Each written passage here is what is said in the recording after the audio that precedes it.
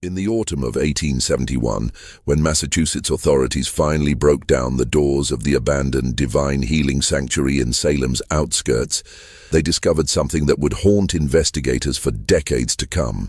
Hidden beneath the chapel's floorboards lay 847 detailed medical journals, each documenting what appeared to be impossible cures: paralyzed patients walking, blind individuals seeing, tumors vanishing overnight.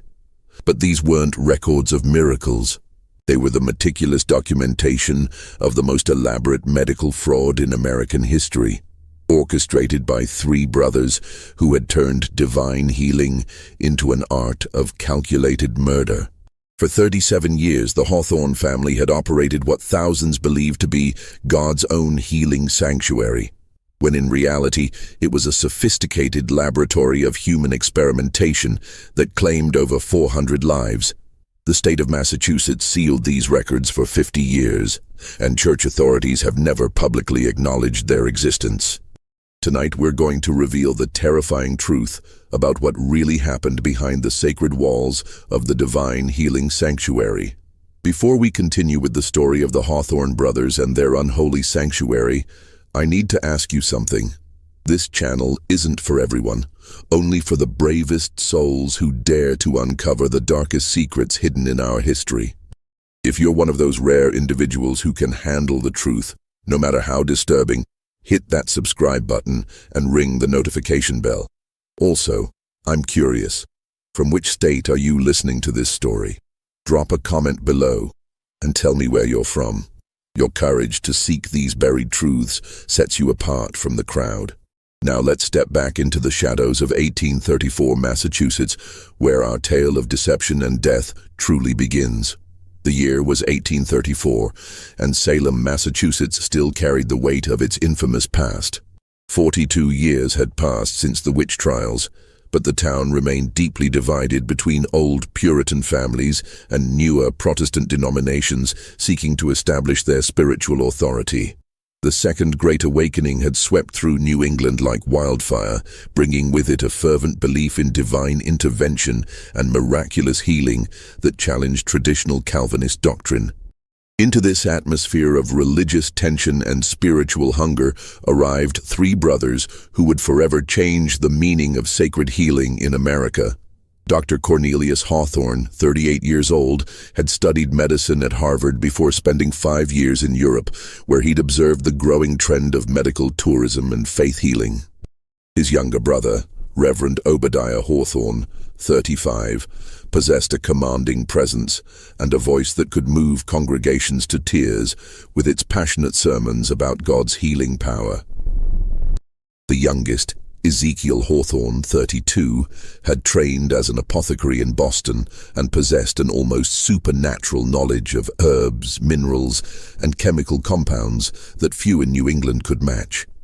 The brothers purchased a sprawling colonial estate on the outskirts of Salem, a property that had been abandoned since 1692, when its previous owners fled during the witch trials.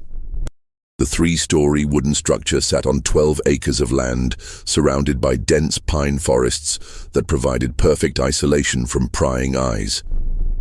They immediately began renovations, transforming the main house into what they called the Divine Healing Sanctuary, complete with a chapel, patient rooms, and what they told visitors was a prayer meditation chamber in the basement.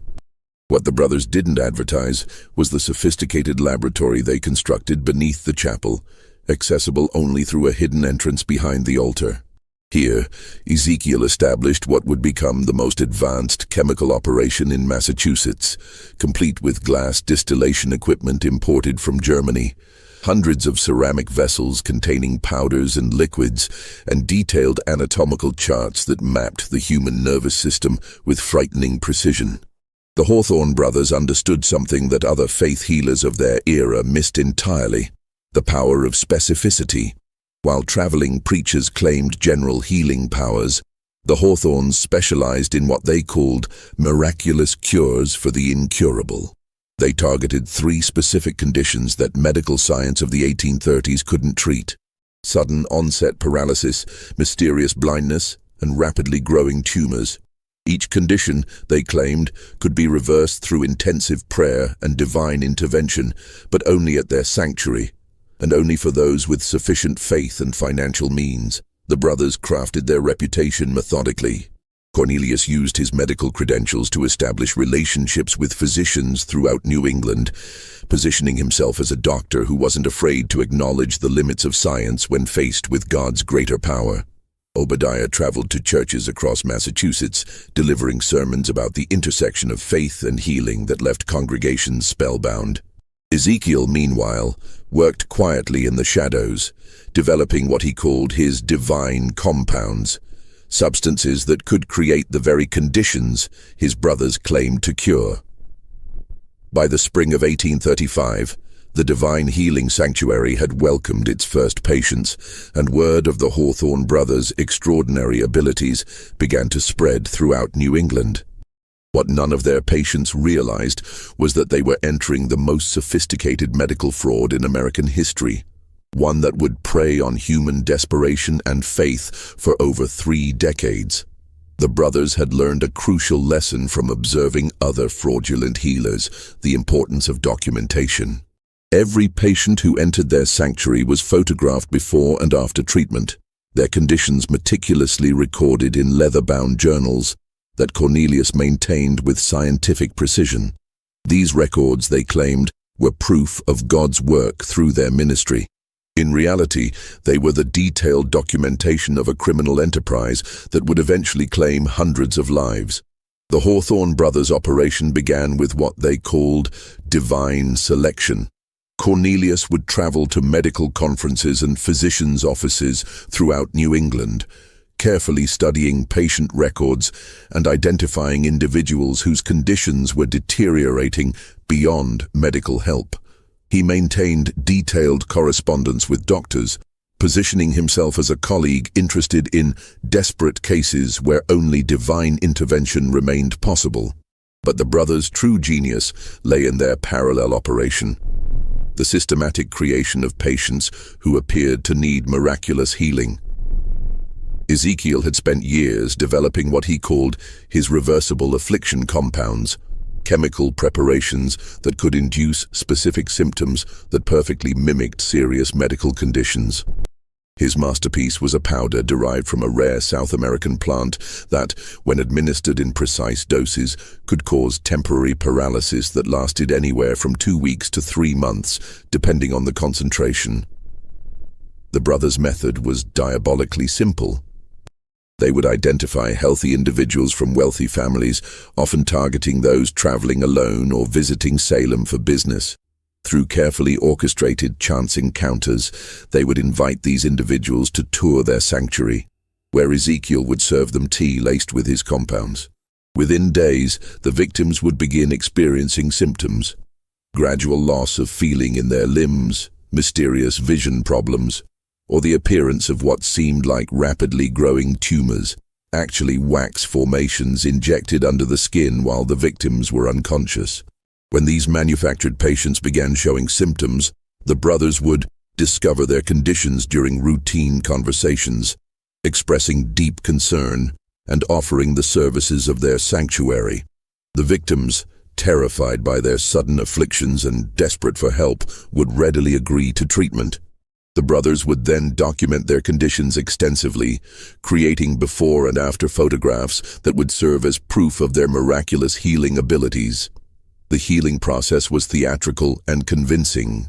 Obadiah would conduct elaborate prayer sessions, often lasting several hours, while Cornelius administered what he called divine medicine, actually the antidotes that Ezekiel had developed for each of his compounds.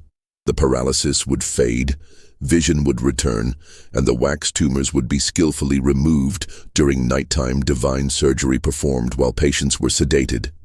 The brothers charged enormous fees for their services, typically demanding between $500 and $2,000 per patient, fortunes that represented lifetime savings for most families. They justified these costs by claiming that true divine healing required substantial sacrifice and that their ministry needed funding to continue God's work. Most families gladly paid, believing they were witnessing genuine miracles.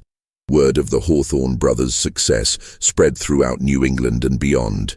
By 1837, they were receiving letters from families across America begging for their help with genuinely ill relatives. The brothers found themselves in a predicament.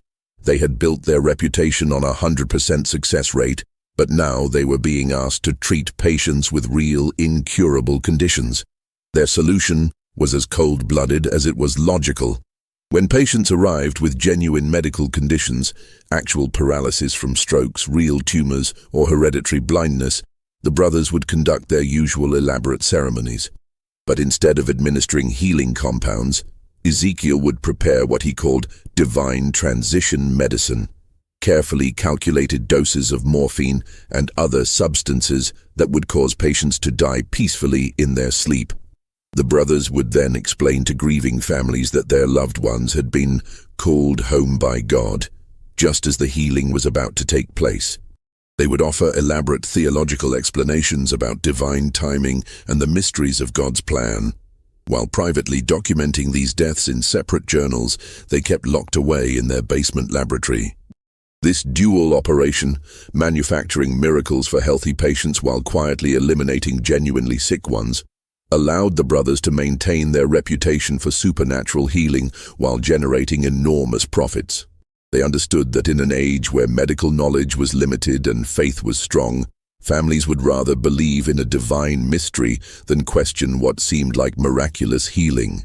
Margaret Whitmore arrived at the Divine Healing Sanctuary on a gray October morning in 1839, carrying with her a letter of introduction from a physician in Boston and a heart heavy with desperation.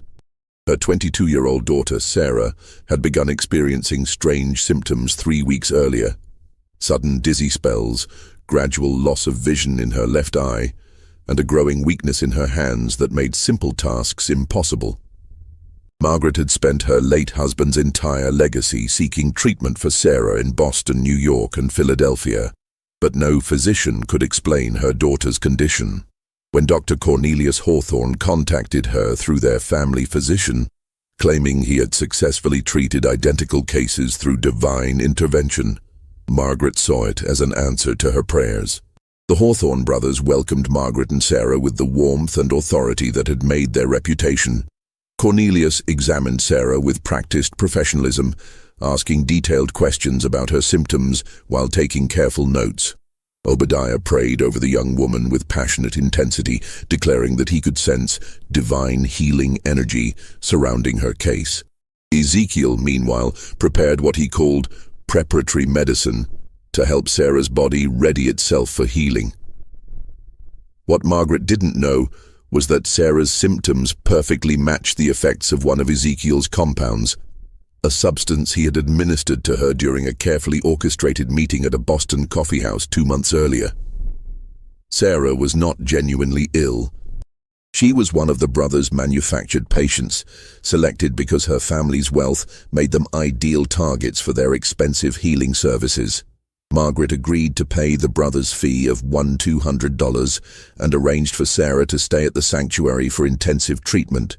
For the next 3 weeks, she watched her daughter undergo elaborate healing ceremonies, consume specially prepared medicines, and participate in extended prayer sessions that seemed to gradually restore her health.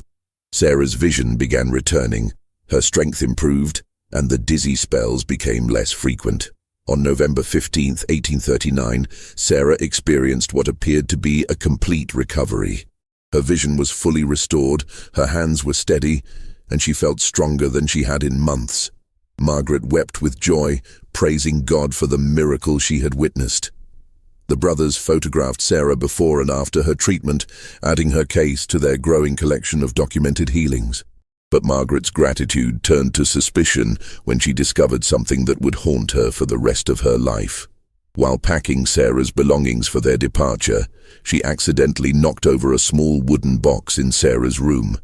The box opened, revealing a collection of brown glass vials, each labeled with strange symbols and containing different colored powders and liquids. Margaret had worked as a schoolteacher before her marriage and had always been curious about scientific matters.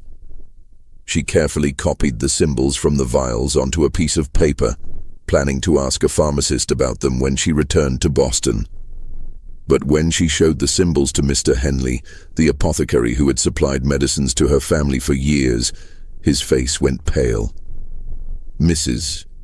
Whitmore," he whispered, glancing around his shop to ensure they were alone. "These are not healing compounds.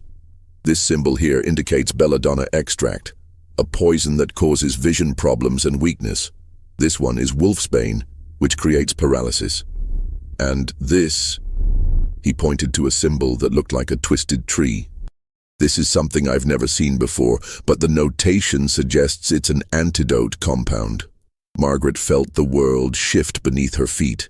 If the vials contained poisons and antidotes, then Sarah's illness had been artificially created, and her healing had been nothing more than an elaborate performance. She returned to Salem that same evening, determined to confront the Hawthorne brothers and demand an explanation. But when she arrived at the sanctuary, she found the brothers prepared for her visit. They welcomed her warmly, expressing concern about her obvious distress. When she produced the paper with the copied symbols, Cornelius examined it with apparent confusion. "Mrs. Whitmore," he said gently, "I'm afraid someone has played a cruel joke on you. These symbols are from an old alchemical text, medieval superstitions that have nothing to do with modern medicine or divine healing.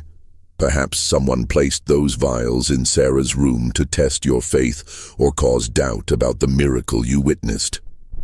Obadiah nodded gravely. "Satan often attacks those who have witnessed God's power, Mrs. Whitmore. He seeks to plant seeds of doubt about divine healing through deception and confusion. You must not let these mysterious vials diminish the reality of your daughter's healing." Margaret wanted to believe them, but something in their manner, a subtle tension, a too careful choice of words, made her increasingly suspicious. She decided to investigate further, beginning with other families who claimed to have experienced miracles at the sanctuary. Margaret's investigation led her to the Pemberton family of Concord, whose son had supposedly been healed of sudden paralysis 6 months earlier. When she spoke with Mrs. Pemberton, she discovered disturbing similarities between their cases. Like Sarah, young Thomas Pemberton had developed his symptoms gradually after a chance encounter with a stranger in a public place. Like Sarah, his condition had followed a specific pattern: weakness, then partial paralysis, then gradual recovery during treatment at the sanctuary. But Mrs. Pemberton revealed something that made Margaret's blood run cold. During Thomas's treatment, she had noticed that Ezekiel Hawthorne seemed to know exactly which medicines to prepare and when to administer them, as if he were following a predetermined schedule rather than responding to her son's condition. When she had commented on this to Cornelius, he had explained that divine healing often followed God's perfect timing, but she had found his answer unsatisfying. Margaret continued her investigation, tracking down 12 families who had brought patients to the sanctuary over the past 4 years. In every case, she found the same pattern: sudden onset of symptoms following chance encounters with strangers, gradual deterioration, then complete recovery during treatment by the Hawthorne brothers. The symptoms were always the same: paralysis, vision problems, or mysterious tumors that appeared and disappeared without explanation. But Margaret also discovered something else that filled her with horror. 3 families told her about patients who had died during treatment at the sanctuary, genuinely ill individuals who had come seeking healing for real conditions. In each case, the brothers had explained that the patients had been called home by God, just as healing was about to occur. The families had accepted these explanations, finding comfort in the belief that their loved ones had been welcomed into heaven. Margaret realized that the Hawthorne brothers were operating 2 separate schemes simultaneously. They were creating artificial illnesses in healthy patients, then charging enormous fees to cure them, while systematically eliminating genuinely ill patients to maintain their reputation for successful healing. The scope of their deception was staggering, and the human cost was becoming clear. She decided to return to the sanctuary one final time, not as a grateful patient's mother, but as an investigator determined to expose the truth. She arrived on a snowy December evening, telling the brothers that she wanted to make a substantial donation to their ministry in gratitude for Sarah's healing. They welcomed her warmly, inviting her to stay for dinner and tour their facilities. During the meal, Margaret carefully steered the conversation toward their healing methods, asking detailed questions about their success rate and the types of conditions they treated. The brothers spoke with confidence about their 100% success rate, explaining that they only accepted patients whom God had chosen for healing. When Margaret asked about patients who had died during treatment, they explained that these individuals had been called home after their healing was complete, but in a spiritual rather than physical sense. After dinner, Obadiah offered to show Margaret their private chapel, where they conducted their most intensive healing ceremonies. As they walked through the sanctuary, Margaret noticed details she had missed during her previous visits. The unusually thick walls, the sound dampening that seemed designed to prevent noise from traveling between rooms, and the careful placement of furniture that could conceal hidden doors or passages. When they reached the chapel, Margaret excused herself to use the necessary, but instead of leaving the building, she hid behind a large wooden cabinet near the altar. She waited until she heard the brothers retire to their private quarters, then began exploring the chapel more thoroughly. Her persistence was rewarded when she discovered a loose floorboard behind the altar. When she lifted it, she found a narrow staircase leading down into darkness. Despite her fear, Margaret descended into what she would later describe as the most horrifying sight of my life. A fully equipped laboratory containing hundreds of glass vessels, detailed anatomical charts, and rows of leather-bound journals filled with the brothers' meticulous documentation of their crimes. The basement laboratory beneath the Divine Healing Sanctuary was a testament to the Hawthorne Brothers' methodical approach to their criminal enterprise.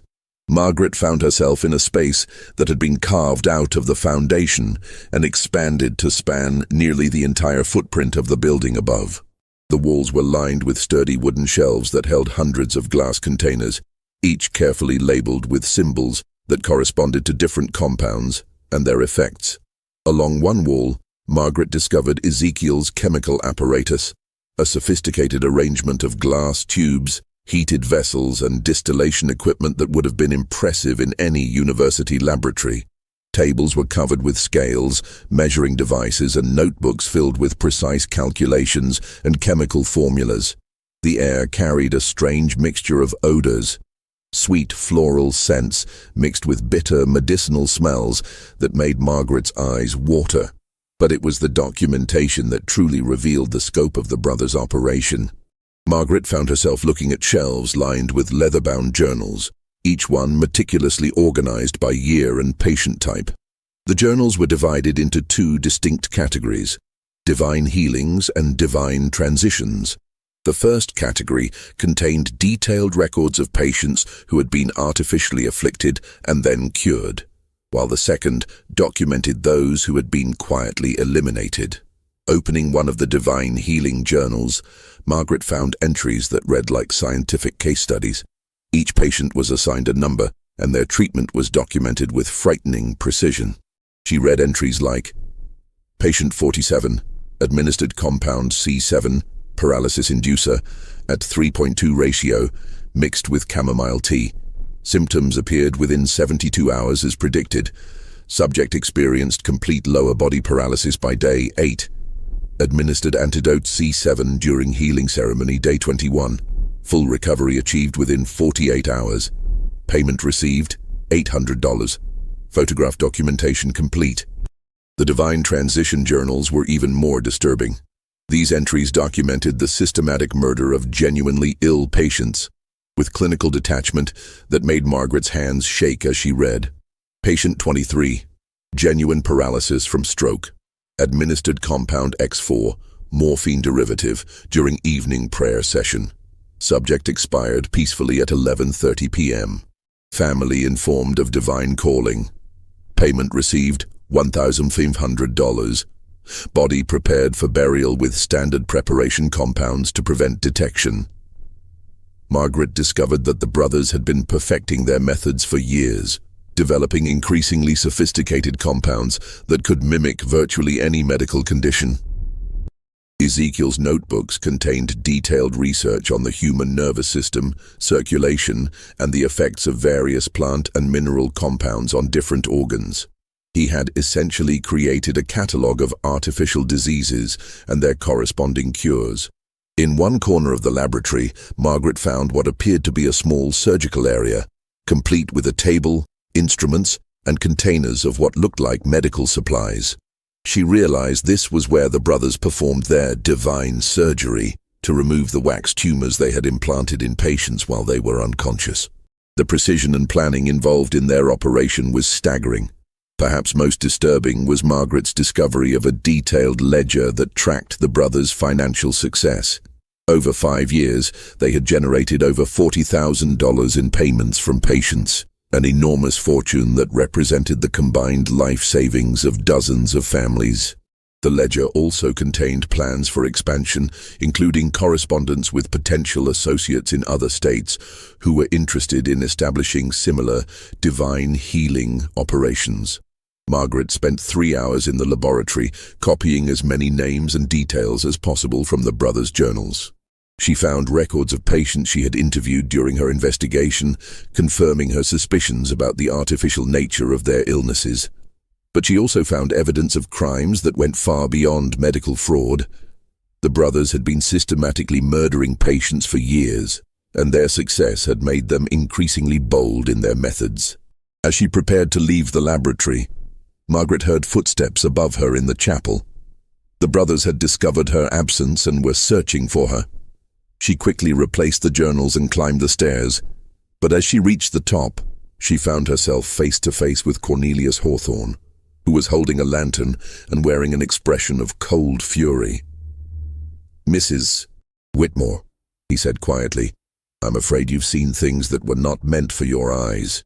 The confrontation between Margaret Whitmore and the Hawthorne brothers in the candlelit chapel would later be described in court documents as the moment when years of carefully constructed deception collided with unshakable determination for truth.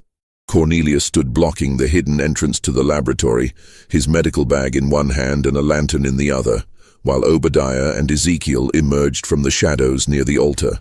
"Mrs. Whitmore," Obadiah said, his voice carrying the same authoritative tone he used during healing ceremonies, "you have wandered into areas of our sanctuary that are reserved for private prayer and meditation. I'm afraid you may have misunderstood what you've seen." Margaret, still clutching the papers where she had copied information from the brothers' journals, faced the 3 men with a courage that surprised even herself. "I understand perfectly what I've seen," she replied, her voice steady despite her fear. "I've seen the records of your crimes, the poisons you've used to create artificial illnesses, the antidotes you've administered as fake cures, and the documentation of the murders you've committed." The brothers exchanged glances, and Margaret saw something shift in their demeanor. The masks of religious authority and medical compassion fell away, revealing the cold calculation that had driven their operation for years. "You're speaking of things you couldn't possibly understand," Cornelius said, stepping closer. "The work we do here represents the highest form of healing. We give people hope, we strengthen their faith, and we provide them with experiences that transform their lives. The methods we use are irrelevant compared to the spiritual benefits we provide." "Spiritual benefits?" Margaret's voice rose despite her attempt to remain calm. "You've been poisoning healthy people and murdering sick ones. You've stolen fortunes from desperate families and built your reputation on systematic fraud and murder." Ezekiel, who had been silent until now, spoke in a voice that was barely above a whisper. "Mrs. Whitmore, you have 2 choices. You can leave this sanctuary tonight and never speak of what you think you've seen, or you can join the patients who have been called home by God during their healing process." The threat was clear, but Margaret had prepared for this moment. During her investigation, she had written detailed letters to authorities in Boston describing her suspicions and the evidence she had gathered. She had left these letters with her attorney, with instructions to deliver them to the Massachusetts Attorney General if she failed to return from Salem by a specific date. "I'm afraid it's too late for threats," she told the brothers. "I've already documented everything I've discovered about your operation." If something happens to me, authorities will know exactly where to look and what to investigate. The brothers realized they were facing a situation they had never encountered before. A witness who had not only uncovered their methods, but had also prepared for the possibility of retaliation. For the first time in their criminal careers, they were dealing with someone who had been methodical in gathering evidence and protecting herself. Cornelius made a decision that would ultimately seal their fate. Rather than attempting to harm Margaret, he chose to make one final attempt at deception. "Mrs. Whitmore," he said, his voice taking on a pleading tone, "I can see that you're a woman of intelligence and compassion. What if I told you that our work, unconventional as it may seem, has brought comfort to hundreds of families? What if I explained that sometimes the appearance of healing is just as beneficial as actual healing?" "You're asking me to become complicit in murder," Margaret replied. "I've seen your records. I know how many genuinely sick patients you've killed to maintain your reputation." The conversation continued for another hour, with the brothers alternating between threats, bribes, and attempts at justification. They offered Margaret substantial sums of money to remain silent, promised to cease their operation if she would agree to keep their secrets, and even suggested that she could become a partner in their enterprise. But Margaret remained unmoved. Finally, Obadiah made a statement that would later be used as evidence of premeditation in their trial. "Mrs. Whitmore, you have forced us into a position where we must choose between our life's work and your silence. We have spent years building something that brings meaning to people's lives, and we cannot allow one person's misguided sense of justice to destroy everything we've accomplished." Margaret recognized this as a final threat, but she also understood that the brothers were now operating in desperation rather than from their usual position of calculated control. She backed toward the chapel door, keeping her eyes on the three men while reaching for the handle. "I'm leaving now," she said firmly, "and I'm going to ensure that the authorities know exactly what you've been doing here. The families who have lost loved ones deserve to know the truth, and the people you've defrauded deserve justice." She opened the door and stepped into the cold December night, but as she walked away from the sanctuary, she heard Ezekiel call out behind her, "Mrs. Whitmore, you have no idea what you've set in motion. Our work here is bigger than you understand, and there are others who will continue what we've started." Margaret didn't look back as she walked through the snow towards Salem, but she carried with her the knowledge that she had uncovered one of the most sophisticated criminal enterprises in American history. What she didn't know was that her investigation would ultimately reveal connections to similar operations in other states, and that the Hawthorne Brothers network extended far beyond their small sanctuary in Massachusetts. Margaret's revelations to the Massachusetts authorities triggered an investigation that would ultimately expose a criminal network spanning multiple states and involving dozens of individuals. When Sheriff Thomas Hartwell and his deputies arrived at the Divine Healing Sanctuary on December 22, 1839, they found the brothers had fled during the night, leaving behind only their extensive documentation and laboratory equipment. The investigation revealed that the Hawthorne brothers had been corresponding with similar operations in Connecticut, New York, Pennsylvania, and Virginia. Their letters, found in a locked chest in Cornelius's room, showed that they had been sharing techniques and compounds with other fraudulent healers, creating a network of coordinated medical fraud that had been operating for nearly a decade. District Attorney William Morrison, who led the prosecution, later described the scope of the investigation as unprecedented in American criminal history. The brothers had maintained correspondence with 17 different individuals who were operating similar schemes, ranging from small-scale operations targeting individual families to large sanctuaries that attracted patients from across the region. The investigation revealed that the network had developed standardized methods for creating artificial illnesses, training procedures for new operators, and even a system for sharing information about wealthy families who might be targeted for their schemes. The brothers had been essentially franchising their operation, providing compounds and techniques to associates in exchange for percentages of their profits. When authorities raided the other locations identified in the brothers' correspondence, they found evidence of similar operations in Hartford, Albany, Philadelphia, and Richmond. The coordinated raids, conducted simultaneously on January 15, 1840, resulted in the arrest of 14 individuals and the recovery of extensive documentation that revealed the true scope of the network. The evidence showed that the network had been responsible for the deaths of over 400 genuinely ill patients across 5 states, while defrauding thousands of families out of their life savings. The artificial illness schemes had generated over $200,000 in fraudulent payments, making it one of the most financially successful criminal enterprises in American history at that time. But the investigation also revealed something that horrified even experienced law enforcement officials. The brothers had been conducting what they called compound research, using unwilling subjects. Their laboratory contained detailed documentation of experiments performed on patients who had been given increasingly dangerous combinations of chemicals to test their effects on the human body. Sheriff Hartwell's official report described finding evidence of systematic human experimentation that rivals the most disturbing accounts of medical abuse in European history. The brothers had been using their patients as test subjects for developing new compounds, carefully documenting the results of various chemical combinations and their effects on different organs and systems. The manhunt for the Hawthorne brothers extended across multiple states, with wanted posters distributed throughout New England and beyond. Federal marshals became involved when evidence suggested the brothers had fled to territories beyond state jurisdiction. The search was complicated by the fact that the brothers had maintained multiple identities and had established safe houses in several locations. Margaret Whitmore became the key witness in the prosecution's case, providing detailed testimony about her discovery of the laboratory and her confrontation with the brothers.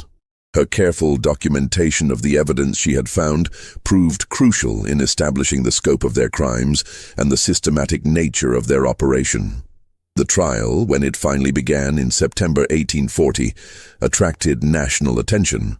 Newspapers across the country covered the proceedings, and the courtroom was packed with family members of victims, medical professionals, and religious leaders who wanted to understand how such an elaborate deception had been maintained for so long.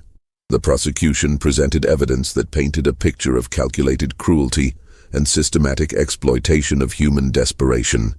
Witness after witness testified about their experiences with the brothers, describing the artificial illnesses they had suffered and the enormous fees they had paid for fake cures. Families of patients who had died during treatment testified about their losses, finally understanding that their loved ones had been murdered rather than called home by God. The defense attempted to argue that the brothers had genuinely believed in their healing abilities and had only documented their methods to better understand divine intervention. But the extensive evidence of premeditation, the systematic nature of their crimes, and the clear financial motivations made this argument impossible to sustain. When the time comes to reveal the final truth about the Hawthorne Brothers network, remember that you're among the select few who have the courage to hear these darkest secrets of American history. If you've made it this far, you're not like most people. You're someone who seeks truth regardless of how disturbing it might be.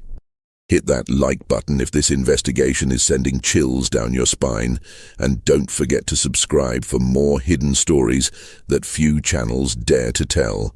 Share this video with someone who loves dark mysteries, because together we're uncovering secrets that have been buried for over a century. The trial of the Hawthorne brothers took an unexpected turn when Ezekiel Hawthorne, the youngest brother and the mastermind behind their chemical operation, was captured in Baltimore in November 1840. Unlike his brothers, who had maintained their innocence and claimed to be genuine healers, Ezekiel chose to cooperate with authorities in exchange for a reduced sentence. His testimony, delivered over 3 days in a packed courtroom, revealed details about their operation that shocked even the prosecutors who had been investigating the case for nearly a year. Ezekiel explained that their network had been developing what they called medical theater, elaborate performances designed to simulate miraculous healing while generating enormous profits from desperate families. We understood, Ezekiel testified, that people needed to believe in miracles more than they needed actual healing. Our artificial illnesses and cures provided them with experiences that strengthened their faith and gave them hope, even if the medical effects were temporary. We saw ourselves as providing a service that doctors and traditional healers couldn't offer. But Ezekiel's testimony also revealed the cold calculation behind their systematic murders. When asked about the patients who had died during treatment, he explained their reasoning with chilling logic. Genuinely ill patients presented a problem for our reputation. We had built our success on a 100% healing rate, and we couldn't allow real diseases to damage our credibility.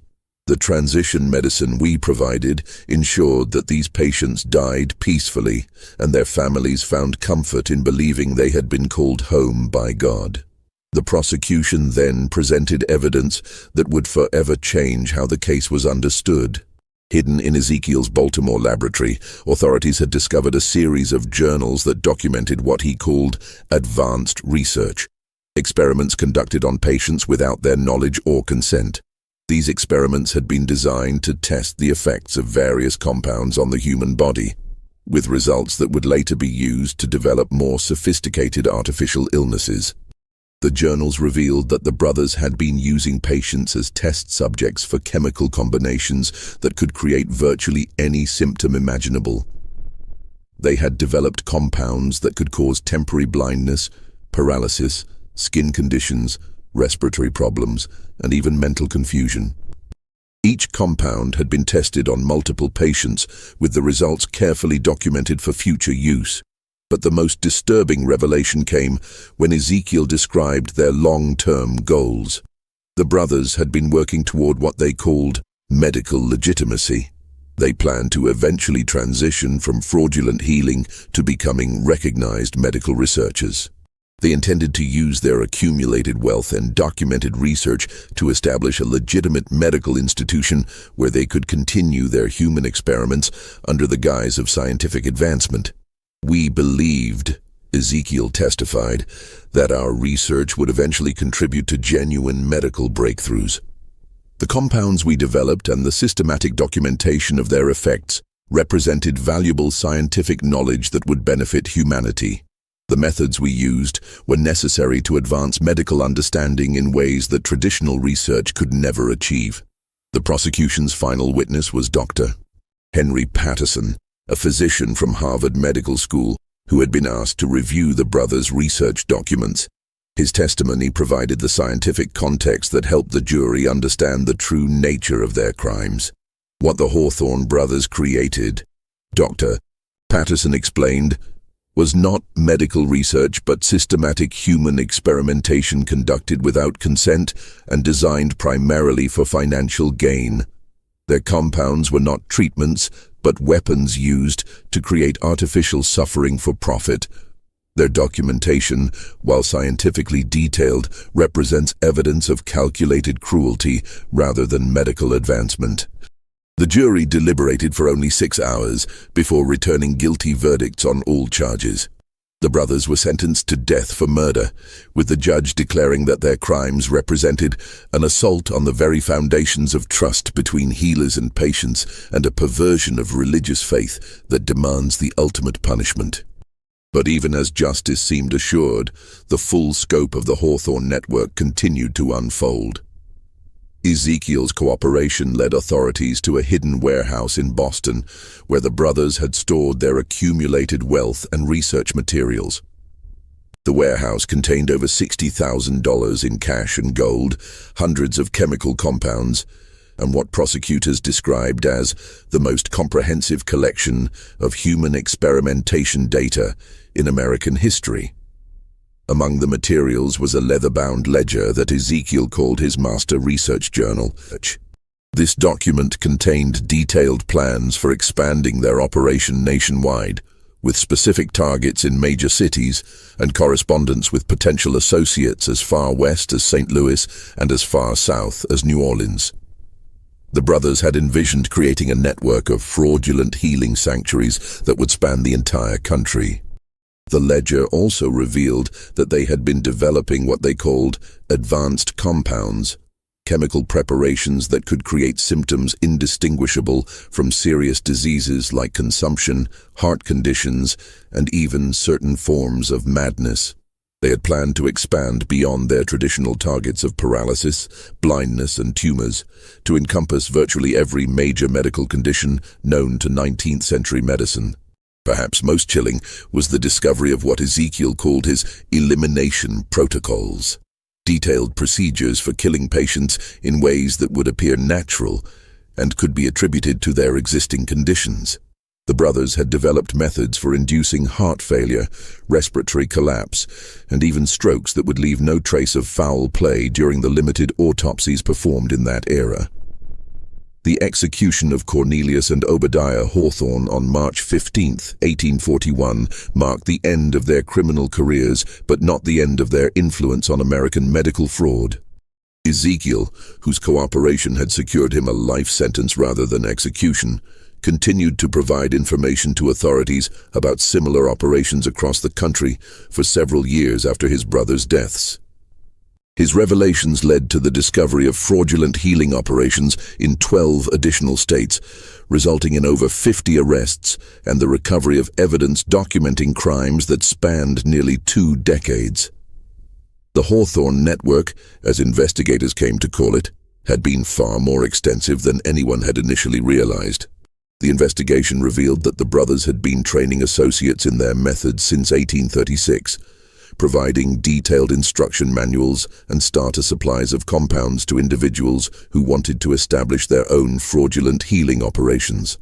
These associates had been operating independently while sharing information and techniques with the central network, creating a web of criminal activity that extended from Maine to Georgia. One of the most disturbing discoveries was a series of letters between Ezekiel and a physician in Charleston, South Carolina, discussing the possibility of using their compounds to create artificial slave illnesses that could be cured for propaganda purposes. The letters suggested that some slaveholders had been considering using fraudulent healing demonstrations to support claims about the beneficial effects of slavery on African American health. The medical community's response to the Hawthorne revelations was swift and comprehensive. Medical schools began requiring courses on identifying fraudulent treatments, and professional medical associations established committees to investigate suspicious healing claims. The case became a turning point in American medical practice, leading to increased regulation and oversight of alternative healing methods. Religious communities were equally affected by the scandal. Many denominations issued official statements distancing themselves from faith healing practices and establishing guidelines for evaluating claims of miraculous healing. The Hawthorne case became a cautionary tale about the dangers of mixing religious faith with medical treatment, and it influenced theological discussions about the nature of divine intervention for decades. But perhaps the most lasting impact of the Hawthorne case was its effect on public trust in medical authority. The revelation that respected physicians could engage in such systematic deception led to increased skepticism about medical claims and greater demand for evidence-based treatment. The case contributed to the development of more rigorous medical testing procedures and ethical guidelines that would eventually evolve into modern medical standards. Margaret Whitmore, whose courage had exposed the entire network, became a prominent advocate for medical reform and patient rights. She used her experience to establish one of America's first patient advocacy organizations, working to educate families about medical fraud and providing support for victims of fraudulent treatment. Her work led to the passage of Massachusetts's first medical fraud prevention laws in 1845. Which required healers to provide evidence of their training and prohibited the administration of undisclosed substances to patients. These laws became a model for similar legislation in other states and helped establish the legal framework for modern medical regulation. In 1871, 30 years after the execution of the Hawthorne brothers, authorities received an unexpected letter from the Massachusetts State Prison. Ezekiel Hawthorne, now 69 years old and dying of consumption, requested a final meeting with investigators to reveal what he called the complete truth about their operation. The meeting, held in the prison infirmary on a cold February morning, would provide the final pieces of a puzzle that had haunted investigators for 3 decades.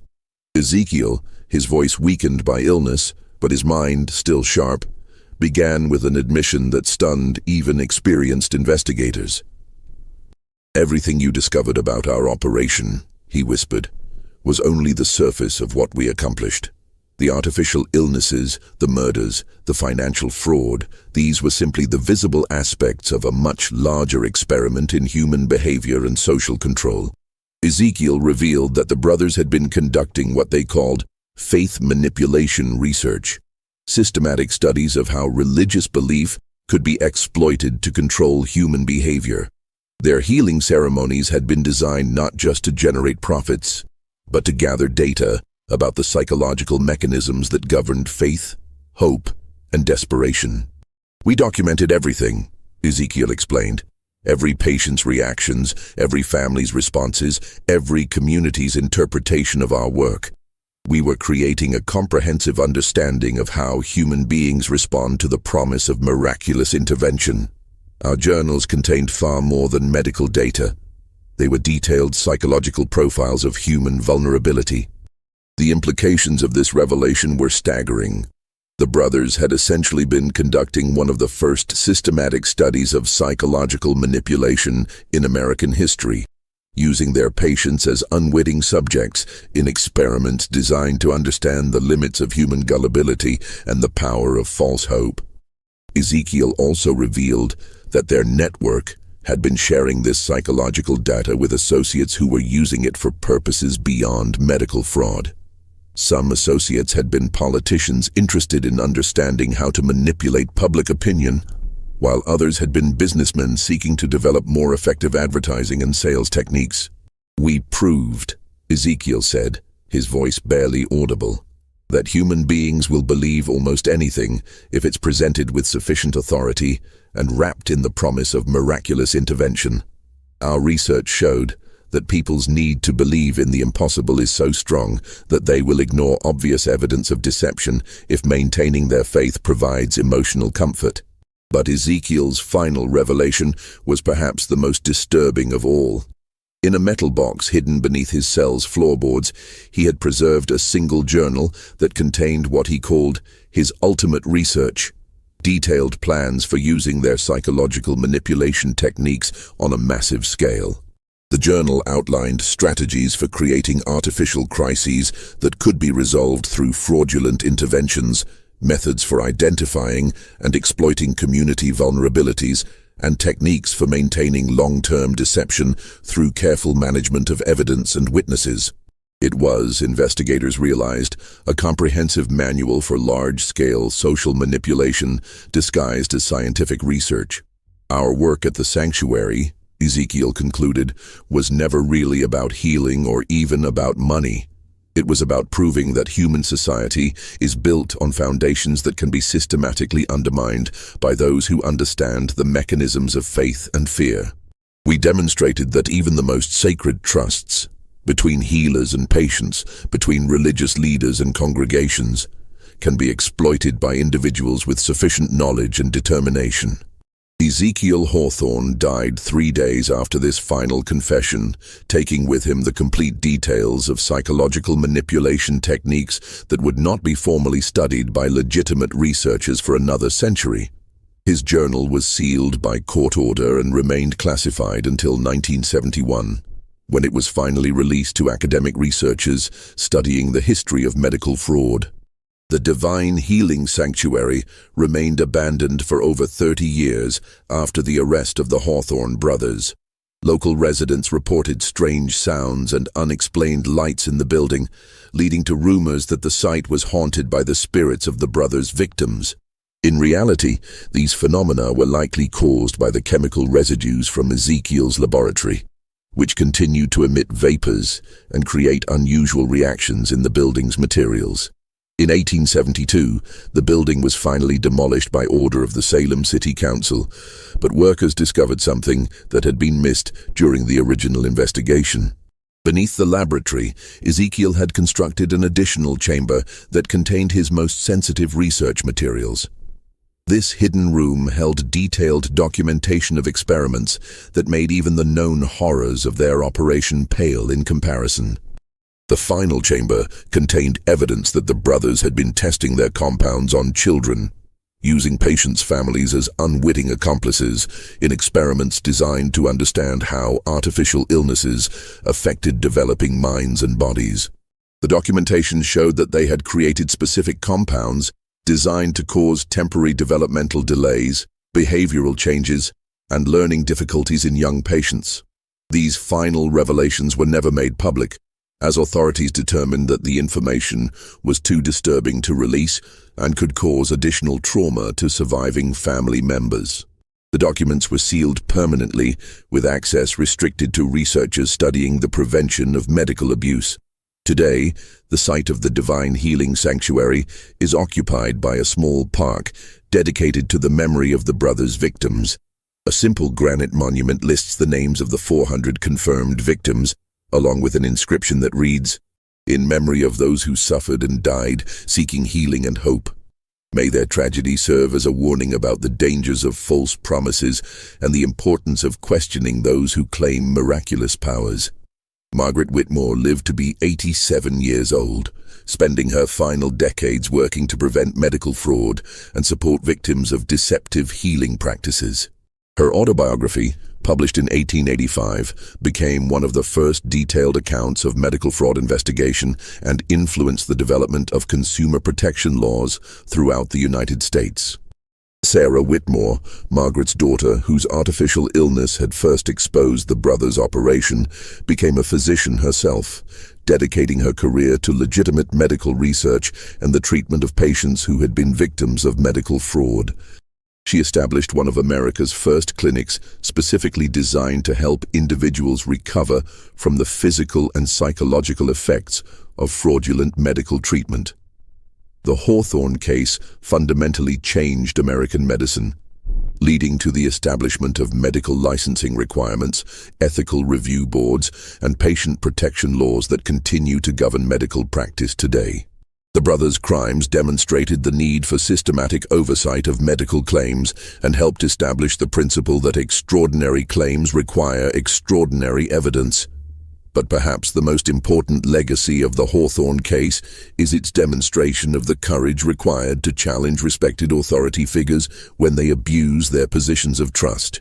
Margaret Whitmore's willingness to investigate suspicious circumstances and confront dangerous criminals showed that ordinary citizens have the power to expose even the most sophisticated deceptions when they combine determination with careful investigation.